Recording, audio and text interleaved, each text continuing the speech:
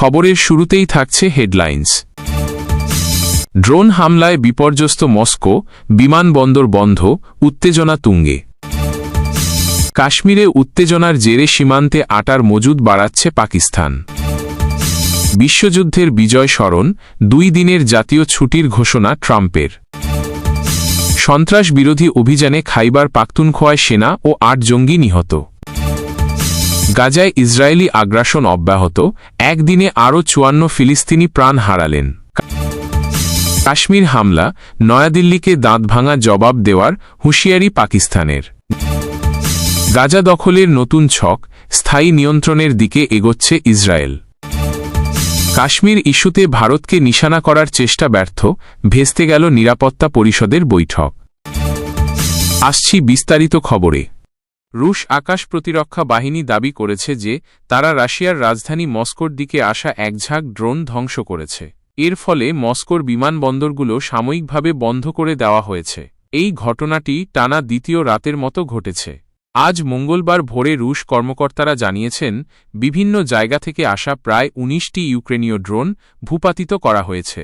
মস্কোর mayor Sergei Sobyanin জানান, রাজধানীর দক্ষিণে একটি গুরুত্বপূর্ণ সড়কের পাশের অ্যাপার্টমেন্ট ভবনে ড্রোন হামলায় ভবনটির কিছু কাজ ভেঙে গেছে। তবে সৌভাগ্যবশত এই ঘটনায় কোনো হতাহতের খবর পাওয়া যায়নি। মেয়র সোবিয়ানিন তার টেলিগ্রাম চ্যানেলে জানিয়েছেন, যে স্থানে ড্রোনের ধ্বংসাবশেষ পড়েছে সেখানে কোনো বড় ধরনের ক্ষতি বা প্রাণহানির ঘটনা ঘটেনি। জরুরি বিভাগের কর্মীরা দ্রুত ঘটনাস্থলে পৌঁছে পরিস্থিতি নিয়ন্ত্রণে আনার চেষ্টা করছেন। রাশিয়ার বেসামরিক বিমান চলাচল নিয়ন্ত্রক সংস্থা রোসাভিয়াতশিয়া জানিয়েছে, সতর্কতামূলক ব্যবস্থা হিসেবে মস্কোর 4টি বিমানবন্দরের ফ্লাইট চলাচল বন্ধ করে দেওয়া হয়েছে। এছাড়াও দেশের অন্যান্য কিছু অঞ্চলের বিমানবন্দরও বন্ধ রাখা হয়েছে। ইউক্রেন এই হামলার বিষয়ে এখনও কোনো আনুষ্ঠানিক মন্তব্য করেনি, তবে তারা জানিয়েছে যে রাশিয়ার সামরিক অবকাঠামো লক্ষ্য করে এসব হামলা চালানো হচ্ছে। ইউক্রেন বলছে, রাশিয়ার ক্রমাগত আবাসিক এলাকা ও জ্বালানি স্থাপনায় হামলার প্রতিক্রিয়ায় তারা এই পদক্ষেপ নিচ্ছে। প্রায় 3 বছর আগে রাশিয়া ইউক্রেনে বিশেষ সামরিক অভিযান শুরু করার পর থেকে কিয়েভ বেশ কয়েকবার মস্কোর ওপর ড্রোন হামলা চালিয়েছে। এর মধ্যে সবচেয়ে বড় হামলাটি ছিল গত মার্চ মাসে, যেখানে 3 জন নিহত হয়েছিল। কাশ্মীরের পহেলগাঁওয়ে সম্প্রতি সন্ত্রাসী হামলার ঘটনা ঘটেছে, যার ফলে ভারত ও পাকিস্তানের মধ্যে উত্তেজনা ক্রমশ বাড়ছে। এমন পরিস্থিতিতে সামরিক সংঘাতের আশঙ্কাও দেখা দিয়েছে। এই পটভূমিতে পাকিস্তান শাসিত আজাদ কাশ্মীর সম্ভাব্য যুদ্ধের প্রস্তুতি হিসেবে সীমান্তে আটার মজুদ বৃদ্ধি করছে। প্রতিবেদনে উল্লেখ করা হয়েছে, ভারতের সঙ্গে চলমান উত্তেজনা ও সীমান্ত অনুপ্রবেশের আশঙ্কা মাথায় রেখে আজাদ জম্মু ও কাশ্মীরের খাদ্য বিভাগ নিয়ন্ত্রণ রেখা (OC) সংলগ্ন ঝুঁকিপূর্ণ এলাকাগুলোতে আটা সরবরাহ বাড়ানোর কাজ শুরু করেছে। শুধু খাদ্য মজুত নয়, সেই সঙ্গে নিরাপত্তা ব্যবস্থাও জোরদার করা হচ্ছে। জরুরি অবস্থার মোকাবিলার জন্য ইতিমধ্যেই 100 কোটি রুপির একটি জরুরি তহবিল গঠন করা হয়েছে। আজাদ কাশ্মীরের প্রধানমন্ত্রী চৌধুরী আনোয়ারুল হকের নির্দেশে সীমান্তবর্তী 13টি ঝুঁকিপূর্ণ আসনে কমপক্ষে 2 মাসের জন্য আটা মজুত করার কার্যক্রম শুরু হয়েছে। এই 13টি আসন মূলত নীলাম উপত্যকা, ঝিলাম উপত্যকা, হাভেলি, পুঞ্চ, কোটলি ও ভিমবার জেলা নিয়ে গঠিত। সাধারণত বরফ ঢাকা পাহাড়ি ও দুর্গম অঞ্চলে সীমিত পরিমাণে খাদ্য সরবরাহ করা হলেও বর্তমান পরিস্থিতি বিবেচনা করে মজুদের পরিমাণ বাড়ানো হচ্ছে। আজাদ কাশ্মীরের খাদ্যমন্ত্রী চৌধুরী আকবর ইব্রাহিম জানিয়েছেন, সীমান্তে সম্ভাব্য সংঘর্ষ ও গোলাগুলির আশঙ্কা থাকায় তারা নিরাপদ এলাকাগুলোতে খাদ্য গুদাম সরিয়ে আনছেন। এর ফলে খাদ্য সরবরাহ যেন কোনোভাবেই ব্যাহত না হয় তা নিশ্চিত করা যাবে। একই সঙ্গে যে কোনো জরুরি পরিস্থিতির জন্য বিকল্প পরিকল্পনাও গ্রহণ করা হয়েছে। খাদ্য বিভাগের পরিচালক আব্দুল হামিদ কিয়ানি জানান, ইতোমধ্যে প্রায় 70% লক্ষ্যমাত্রা পূরণ হয়েছে। শনিবার মুজাফফরাবাদের কাছাকাছি একটি কারখানা থেকে প্রায় 250 টন আটা নীলাম ও ঝিলাম উপত্যকার সীমান্ত এলাকায় পাঠানো হয়েছে। মার্কিন যুক্তরাষ্ট্রের সাবেক প্রেসিডেন্ট ডোনাল্ড ট্রাম্প প্রথম ও দ্বিতীয় বিশ্বযুদ্ধে আমেরিকার বিজয় স্মরণ করে 2 দিনের জাতীয় ছুটির ঘোষণা দিয়েছেন। তবে এই ছুটির দিনগুলোতে দেশটির অফিস আদালতসহ সব প্রতিষ্ঠান খোলা থাকবে। সোমবার 5ই মে ট্রাম্প তার নিজস্ব সামাজিক যোগাযোগ মাধ্যম ট্রুথ সোশ্যালে এই ঘোষণা দেন। জেরুজালেম পোস্টের বরাতে জানা যায়, ট্রাম্প তার পোস্টে লেখেন, মার্কিন যুক্তরাষ্ট্র না থাকলে অন্যান্য দেশই যুদ্ধ জিতত, আর পৃথিবীটা অন্যরকম হতো। তাই আমি প্রথম বিশ্বযুদ্ধের বিজয় উদযাপনে জাতীয় ছুটি ঘোষণা করছি। 1918 সালের 11 নভেম্বর যুদ্ধবিরতি স্বাক্ষরিত হয়েছিল এবং দ্বিতীয় বিশ্বযুদ্ধের বিজয়ের তারিখ ছিল 1945 সালের 8 মে। ট্রাম্প আরও বলেন, এই ছুটির দিনে দেশ বন্ধ থাকবে না, কারণ আমেরিকায় এমনিতেই অনেক ছুটি আছে, বছরে আর পর্যাপ্ত দিন বাকি নেই। আমরা এখনও শ্রমিক, তাই কাজ চালিয়ে যাব। কাগজপত্র ঠিক রাখতে হবে। আমেরিকাকে আবার মহান করে তুলুন। অন্যদিকে দ্বিতীয় বিশ্বযুদ্ধের অবসানের 80 বছর পূর্তি উপলক্ষে যুক্তরাজ্যে সোমবার থেকে 4 দিনব্যাপী অনুষ্ঠান শুরু হয়েছে। লন্ডনের পার্লামেন্ট স্কয়ারে উইনস্টন চার্চিলের 1945 সালের বিজয় ভাষণের পুনঃপ্রচার এবং রাজপরিবারের ঐতিহ্যবাহী ব্যালকনিতে উপস্থিতির মাধ্যমে এই উৎসবের সূচনা হয়। এই অনুষ্ঠানে রাজা তৃতীয় চার্লস, প্রধানমন্ত্রী কেয়ার স্টারমার এবং হাজারো দর্শক সামরিক কুচকাওয়াজ দেখেন। এই কুচকাওয়াজে যুক্তরাষ্ট্র, ফ্রান্স, জার্মানি এবং অল্পসংখ্যক ইউক্রেনীয় সেনাও অংশ নেন। অভিনেতা টিমোথি স্পল চার্চিলের ভাষণ পাঠ করেন, সহিংসতা ও স্বেচ্ছাচারের কাছে নত হয় না, প্রয়োজনে মৃত্যুবরণ করো, তবু পরাজয় মেনো না। এই প্রতিবেদন থেকে জানা যায়, ট্রাম্প বিশ্বযুদ্ধের বিজয় স্মরণ করে ছুটি ঘোষণা করলেন, কিন্তু অফিস আদালত খোলা রাখার কথাও জানালেন। আর যুক্তরাজ্যে দ্বিতীয় বিশ্বযুদ্ধের সমাপ্তির 80 বছর পূর্তি উপলক্ষে নানা অনুষ্ঠানের আয়োজন করা হয়েছে। পাকিস্তানের উত্তর পশ্চিমাঞ্চলীয় প্রদেশ খাইবার পাখতুনখোয়ার 3টি জেলায় সেনাবাহিনীর চালানো সন্ত্রাস বিরোধী অভিযানে 1 জন সেনাসদস্য এবং 8 জন সন্ত্রাসী নিহত হয়েছে। পাকিস্তান সেনাবাহিনীর আন্তর্বাহিনী জনসংযোগ দপ্তর আইএসপিআর সোমবার এক বিবৃতিতে এই তথ্য নিশ্চিত করেছে। আইএসপিআর জানায়, গোয়েন্দা তথ্যের ভিত্তিতে গত শনি ও রবিবার উত্তর ওয়াজিরিস্তান, খাইবার এবং বান্নু জেলায় অভিযান পরিচালনা করে সেনাবাহিনী। এই অভিযানে সন্ত্রাসীদের সঙ্গে ব্যাপক গোলাগুলি হয়। এতে নায়েক মুজাহিদ খান 40 নামে এক সাহসী সেনাসদস্য শাহাদাত বরণ করেন। এছাড়াও 8 জন খারিজিকে নরকে পাঠানো হয়েছে বলে বিবৃতিতে উল্লেখ করা হয়। নিহত এই জঙ্গিরা সবাই তেহরিক-ই-তালেবান পাকিস্তান টিটিপি এর সদস্য বলে ধারণা করা হচ্ছে। তবে পাকিস্তান সেনাবাহিনী সাধারণত টিটিপির নাম সরাসরি উল্লেখ না করে তাদেরকে খারিজি বা সন্ত্রাসী হিসেবে অভিহিত করে থাকে। সোমবারের বিবৃতিতে সামরিক বাহিনী আরও জানায়, তাদের এই অভিযান অব্যাহত থাকবে এবং পাকিস্তান সেনাবাহিনী দেশ থেকে সন্ত্রাসবাদের মূলোৎপাটন করতে বদ্ধপরিকর। উল্লেখ্য, পাকিস্তানের 4টি প্রদেশ ও 3টি কেন্দ্রশাসিত অঞ্চলের মধ্যে খাইবার পাখতুনখোয়া এবং বেলুচিস্তান প্রদেশে সাম্প্রতিক বছরগুলোতে সন্ত্রাসী কার্যকলাপ এবং হামলার ঘটনা উল্লেখযোগ্যভাবে বৃদ্ধি পেয়েছে। খাইবার পাখতুনখোয়া মূলত পাকিস্তানপন্থী তালেবান গোষ্ঠী তেহরিক-ই-তালেবান পাকিস্তানের টিটিপি এর শক্ত ঘাঁটি হিসেবে পরিচিত। অন্যদিকে বেলুচিস্তানে বেলুচ লিবারেশন আর্মি বিএলএ এর মতো বিচ্ছিন্নতাবাদী গোষ্ঠীগুলো সক্রিয় রয়েছে। পরিসংখ্যান অনুযায়ী পাকিস্তানে 2021 সাল থেকে সন্ত্রাসী হামলার তীব্রতা বৃদ্ধি পেয়েছে। গত বছর 2024 সাল ছিল এই ক্ষেত্রে সবচেয়ে ভয়াবহ বছর। 2024 সালে পাকিস্তানে 44%-এরও বেশি সন্ত্রাসী হামলার ঘটনা ঘটে, যা গত এক দশকের মধ্যে সর্বোচ্চ।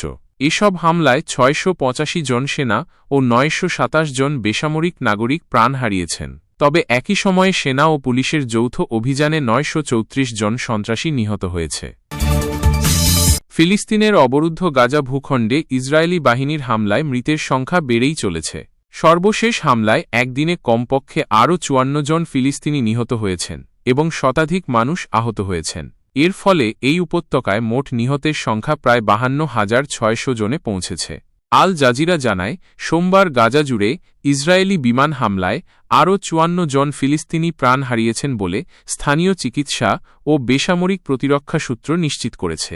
এছাড়া গাজার ওপর ইসরায়েলের অবরোধ 65 দিনে পড়েছে এবং গাজার মিডিয়া অফিস জানিয়েছে, হাসপাতালগুলোতে আর মাত্র 48 ঘণ্টার মতো জরুরি সরঞ্জাম রয়েছে।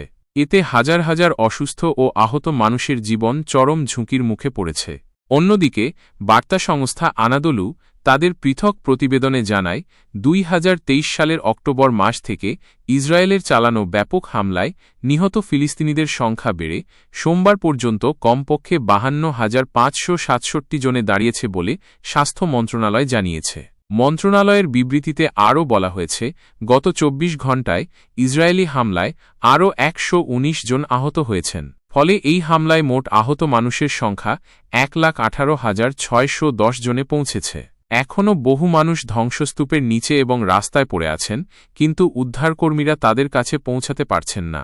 দীর্ঘ 15 মাস ধরে সামরিক অভিযান চালানোর পর যুক্তরাষ্ট্র ও আন্তর্জাতিক সম্প্রদায়ের চাপে গত 19 জানুয়ারি গাজায় একটি যুদ্ধবিরতিতে সম্মত হয়েছিল ইসরায়েল। এরপর প্রায় 2 মাস গাজায় কমবেশি শান্তি বজায় ছিল। তবে গাজা থেকে সেনা প্রত্যাহার নিয়ে হামাসের সঙ্গে ইসরায়েলের মতানৈক্য দেখা দেওয়ায় মার্চ মাসের 3য় সপ্তাহ থেকে ইসরায়েল ফের গাজায় বিমান হামলা শুরু করে। স্বাস্থ্য মন্ত্রণালয়ের তথ্য অনুযায়ী গত 18 মার্চ থেকে গাজায় নতুন করে শুরু হওয়া ইসরায়েলি বিমান হামলায় এ পর্যন্ত প্রায় 2500 ফিলিস্তিনি নিহত এবং আরও 6500-এর বেশি মানুষ আহত হয়েছেন। ইসরায়েলের এই হামলা চলতি বছরের জানুয়ারিতে কার্যকর হওয়া যুদ্ধবিরতি চুক্তিকে সম্পূর্ণভাবে ভেঙে দিয়েছে। জাতিসংঘের তথ্য অনুযায়ী ইসরায়েলের এই ব্যাপক আক্রমণের কারণে গাজার প্রায় 85% ফিলিস্তিনি বাস্তুচ্যুত হয়েছেন। এছাড়া অবরুদ্ধ এই ভূখণ্ডের বেশিরভাগ অবকাঠামো ক্ষতিগ্রস্ত বা সম্পূর্ণভাবে ধ্বংস হয়ে গেছে। উল্লেখ্য, এর আগে গত বছরের নভেম্বরে আন্তর্জাতিক অপরাধ আদালত গাজায় যুদ্ধাপরাধ ও মানবতা বিরোধী অপরাধের জন্য ইসরায়েলের প্রধানমন্ত্রী বেঞ্জামিন নেতানিয়াহু এবং তার সাবেক প্রতিরক্ষামন্ত্রী ইয়োভ গ্যালান্টের বিরুদ্ধে গ্রেপ্তারি পরোয়ানা জারি করে। এছাড়াও অবরুদ্ধ এই ভূখণ্ডে আগ্রাসনের জন্য ইসরায়েল আন্তর্জাতিক বিচার আদালতে গণহত্যার মামলারও মুখোমুখি হয়েছে। জম্মু ও কাশ্মীরের পেহেলগামে সাম্প্রতিক সন্ত্রাসী হামলার পর ভারত ও পাকিস্তানের মধ্যে উত্তেজনা ক্রমশ বাড়ছে, যা সামরিক সংঘাতের রূপ নেওয়ারও আশঙ্কা তৈরি করেছে। এই পরিস্থিতিতে নিয়ন্ত্রণ রেখা এলওসি বরাবর সম্ভাব্য ভারতীয় হামলার বিষয়ে পাকিস্তানকে সতর্ক করেছেন দেশটির প্রতিরক্ষামন্ত্রী খাজা মোহাম্মদ আসিফ। সোমবার পাকিস্তানের প্রতিরক্ষামন্ত্রী হুঁশিয়ারি উচ্চারণ করে বলেছেন, যদি পাকিস্তান ভূখণ্ডে কোনো হামলা চালানো হয় তবে নয়াদিল্লিকে তার দাঁতভাঙা জবাব দেওয়া হবে। এক্সপ্রেস ট্রিবিউনের এক প্রতিবেদনে এই তথ্য জানানো হয়েছে। খাজা আসিফ ইসলামাবাদে সাংবাদিকদের সঙ্গে আলাপকালে বলেন, তাদের কাছে খবর রয়েছে যে ভারত যে কোনো মুহূর্তে নিয়ন্ত্রণরেখা বরাবর সামরিক হামলা চালাতে পারে। কাশ্মীরের পেহেলগাম হামলার পর ভারত ও পাকিস্তানের মধ্যে কূটনৈতিক ও নিরাপত্তা বিষয়ক উত্তেজনা বৃদ্ধির প্রেক্ষাপটে তিনি এই মন্তব্য করেন। তিনি স্পষ্ট ভাষায় বলেন, তেমন কিছু ঘটলে নয়াদিল্লিকে কঠোর জবাব দেওয়া হবে। এদিকে কাশ্মীরে সংঘটিত হামলার ঘটনায় পাকিস্তানের প্রধানমন্ত্রী শেহবাজ শরীফ একটি আন্তর্জাতিক তদন্ত কমিশন গঠনের দাবি জানিয়েছেন। প্রতিরক্ষামন্ত্রী আসিফ এই প্রসঙ্গে বলেন, এ ধরনের নিরপেক্ষ তদন্তের মাধ্যমেই প্রকৃত সত্য উন্মোচিত হবে এবং ভারত অথবা অন্য কোনো অভ্যন্তরীণ গোষ্ঠী এই হামলার সঙ্গে জড়িত কিনা তাও প্রমাণিত হবে। তিনি ভারতের ভিত্তিহীন অভিযোগের মুখোশ উন্মোচন করার কথা বলেন। ভারতের প্রধানমন্ত্রী নরেন্দ্র মোদীকে আক্রমণ করে খাজা আসিফ অভিযোগ করেন যে তিনি নিজের রাজনৈতিক স্বার্থসিদ্ধির জন্য এই অঞ্চলকে পরমাণু যুদ্ধের দিকে ঠেলে দিচ্ছেন। এছাড়াও তিনি পুরনো অভিযোগ পুনর্ব্যক্ত করে বলেন, ভারত পাকিস্তানের খাইবার পাখতুনখোয়া ও বেলুচিস্তানে সন্ত্রাসবাদে মদদ দিচ্ছে। আসিফ আরও উল্লেখ করেন যে তারা 2016 ও 2017 সালে জাতিসংঘকে ভারতের সন্ত্রাসে অর্থায়নের প্রমাণস্বরূপ ভিডিও সরবরাহ করেছিলেন। তিনি সাম্প্রতিক খাইবার পাখতুনখোয়া ও বেলুচিস্তানে বেড়ে যাওয়া সন্ত্রাসী হামলার সঙ্গে আফগানিস্তান থেকে পরিচালিত গোষ্ঠীগুলোর যোগসাজশ থাকার কথা বলেন, যাদের প্রতি ভারতের সমর্থন রয়েছে বলে তিনি অভিযোগ করেন। উল্লেখ্য, সম্প্রতি জম্মু ও কাশ্মীরের পেহেলগামে এক ভয়াবহ সন্ত্রাসী হামলায় 26 জন নিহত হয়েছেন। 2019 সালের পুলওয়ামা হামলার পর এটিই কাশ্মীরের সবচেয়ে বড় হামলা। পর্যটকদের ওপর এই হামলার জেরে ভারত ও পাকিস্তানের মধ্যে উত্তেজনা চরমে পৌঁছেছে।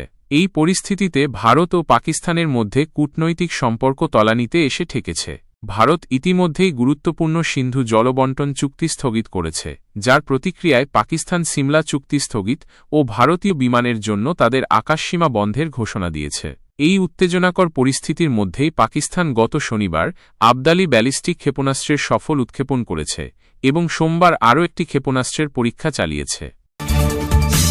দখলদার ইসরায়েল ফিলিস্তিনের অবরুদ্ধ গাজা উপত্যকায় তাদের স্থায়ী নিয়ন্ত্রণ প্রতিষ্ঠার পরিকল্পনা করছে। ইসরায়েলের প্রধানমন্ত্রী বেঞ্জামিন নেতানিয়াহু সোমবার এক্সে একটি ভিডিও বার্তায় এই ইঙ্গিত দিয়েছেন। তিনি বলেন, ইসরায়েলি সেনারা গাজার যেসব এলাকা ইতিমধ্যে দখল করেছে সেখান থেকে তারা আর পিছু হটবে না, বরং সেখানে স্থায়ীভাবে অবস্থান করবে। যুদ্ধাপরাধে অভিযুক্ত এই প্রধানমন্ত্রী গাজায় আরও তীব্র হামলার হুমকি দিয়েছেন। তিনি স্পষ্ট করে বলেন, সেনারা এখন থেকে গাজায় প্রবেশ করবে এবং সেখানেই সবসময় থাকবে, প্রয়োজন অনুযায়ী হামাসের বিরুদ্ধে অভিযান চালাবে। বার্তা সংস্থা রয়টার্স জানিয়েছে, ইসরায়েলি বাহিনী ইতোমধ্যে গাজার মোট ভূখণ্ডের 3 ভাগের 1 ভাগ দখল করে নিয়েছে। এসব এলাকা থেকে গাজাবাসীদের সরিয়ে ওয়াচ টাওয়ার ও নজরদারি চৌকি স্থাপন করা হয়েছে। দখলদাররা এই অঞ্চলগুলোকে নিরাপত্তা জোন হিসেবে আখ্যায়িত করছে। তবে ইসরায়েলের পরিকল্পনা এখানেই থেমে থাকার নয়, তারা পুরো গাজা স্থায়ীভাবে দখলের লক্ষ্য স্থির করেছে। গত রবিবার ইসরায়েলের মন্ত্রিসভা গাজায় হামলার পরিধি বাড়ানো এবং নতুন সামরিক পরিকল্পনা গ্রহণ করে। রয়টার্সকে দেওয়া এক সাক্ষাৎকারে এক ইসরায়েলি কর্মকর্তা জানান, এই নতুন পরিকল্পনা অনুযায়ী গাজার সম্পূর্ণ এলাকা দখল করা হবে। এ সময় গাজার বেসামরিক নাগরিকদের দক্ষিণ দিকে সরিয়ে নেওয়া হবে এবং ত্রাণ সামগ্রী যাতে হামাসের হাতে না পৌঁছায় তা নিশ্চিত করা হবে। ওই কর্মকর্তা আরও জানান, যখন গাজায় নতুন করে বড় ধরনের হামলা শুরু হবে তখন দক্ষিণাঞ্চলের রাফাতে সাধারণ মানুষকে ত্রাণ সামগ্রী সরবরাহ করা হবে। তবে এই ত্রাণ বিতরণের দায়িত্ব কোনো আন্তর্জাতিক সংস্থাকে দেওয়া হবে না, বরং একটি বেসরকারি প্রতিষ্ঠানের মাধ্যমে গাজার প্রতিটি পরিবারের একজন সদস্যের হাতে ত্রাণ পৌঁছে দেওয়া হবে। এই ত্রাণ বিতরণ প্রক্রিয়ায় ইসরায়েলি সেনারা সরাসরি কোনো ভূমিকা রাখবে না। 1.5 বছরের বেশি সময় ধরে গাজায় যুদ্ধ চললেও ইসরায়েলি সেনাবাহিনী পূর্বে এই উপত্যকায় স্থায়ীভাবে থাকার কোনো আগ্রহ দেখায়নি। তবে নেতানিয়াহু ও তার নেতৃত্বাধীন বর্তমান সরকার যে পরিকল্পনা করছে সে বিষয়ে সেনাবাহিনী এখনও কোনো আনুষ্ঠানিক মন্তব্য করেনি। যুদ্ধাপরাধে অভিযুক্ত নেতানিয়াহু জানিয়েছেন, যখন হামলার তীব্রতা বাড়ানো হবে তখন গাজার সাধারণ মানুষের নিরাপত্তার জন্য তাদের একদিকে সরিয়ে নেওয়া হবে। জাতিসংঘের নিরাপত্তা পরিষদে কাশ্মীর ইস্যু নিয়ে ভারতকে আক্রমণ করার পাকিস্তানের প্রচেষ্টা ব্যর্থ হয়েছে। ইসলামাবাদের এই পদক্ষেপের ফলে শেষ পর্যন্ত নিরাপত্তা পরিষদের বৈঠকটি ভেস্তে যায়। কূটনৈতিক সূত্রের বরাতে সংবাদ প্রতিদিন এই খবরটি জানিয়েছে। প্রতিবেদনে বলা হয়েছে, পাকিস্তান নিরাপত্তা পরিষদের একটি রুদ্ধদ্বার বৈঠকে কাশ্মীর প্রসঙ্গ উত্থাপন করতে চেয়েছিল, তবে তাদের এই চেষ্টা সফল হয়নি। নিরাপত্তা পরিষদের অন্যান্য সদস্য রাষ্ট্রগুলোর আপত্তির কারণে বৈঠকটি আর অনুষ্ঠিত হতে পারেনি। ভারতের পক্ষ থেকে এই ঘটনাকে পাকিস্তানের আরেকটি কূটনৈতিক পরাজয় হিসেবে উল্লেখ করা হয়েছে। কূটনৈতিক মহল মনে করছে, পাকিস্তান আন্তর্জাতিক মঞ্চে কাশ্মীর ইস্যুকে বারবার তুলে ধরার চেষ্টা করছে, তবে অধিকাংশ সদস্য রাষ্ট্রের সমর্থন না থাকায় তাদের এই প্রচেষ্টা বারবার ব্যর্থ হচ্ছে। সাম্প্রতিক বৈঠকেও একই ঘটনা ঘটল। অন্যান্য সদস্য রাষ্ট্রগুলো মনে করে কাশ্মীর একটি দ্বিপাক্ষিক বিষয় এবং এর সমাধান ভারত ও পাকিস্তানকেই নিজেদের মধ্যে আলোচনা করে বের করতে হবে। আন্তর্জাতিক মহলের হস্তক্ষেপের কোনো প্রয়োজন নেই। ভারতের পক্ষ থেকে এই বিষয়ে কোনো আনুষ্ঠানিক প্রতিক্রিয়া জানানো না হলেও কূটনৈতিক সূত্রে খবর, নয়াদিল্লি এই ঘটনাকে তাদের কূটনৈতিক সাফল্যের অংশ হিসেবে দেখছে। ভারতের দীর্ঘদিনের অবস্থান হল কাশ্মীর তাদের অভ্যন্তরীণ বিষয় এবং কোনো তৃতীয় পক্ষের হস্তক্ষেপ তারা মেনে নেবে না। নিরাপত্তা পরিষদে পাকিস্তানের চেষ্টা ব্যর্থ হওয়ায় ভারতের এই অবস্থান আরও জোরালো হল বলেই মনে করা হচ্ছে। উল্লেখ্য, এর আগেও বহুবার পাকিস্তান বিভিন্ন আন্তর্জাতিক ফোরামে কাশ্মীর ইস্যু তোলার চেষ্টা করেছে, কিন্তু প্রতিবারই তারা সদস্য রাষ্ট্রগুলোর কাছ থেকে তেমন কোনো সমর্থন পায়নি। এই কারণে তাদের প্রচেষ্টা সফলতার মুখ দেখেনি। এবারের ঘটনাও সেই ধারাবাহিকতারই অংশ। নিরাপত্তা পরিষদের বৈঠক ভেস্তে যাওয়ায় পাকিস্তানের আন্তর্জাতিক স্তরে আরও একবার ধাক্কা খেল বলে মনে করছেন বিশ্লেষকরা।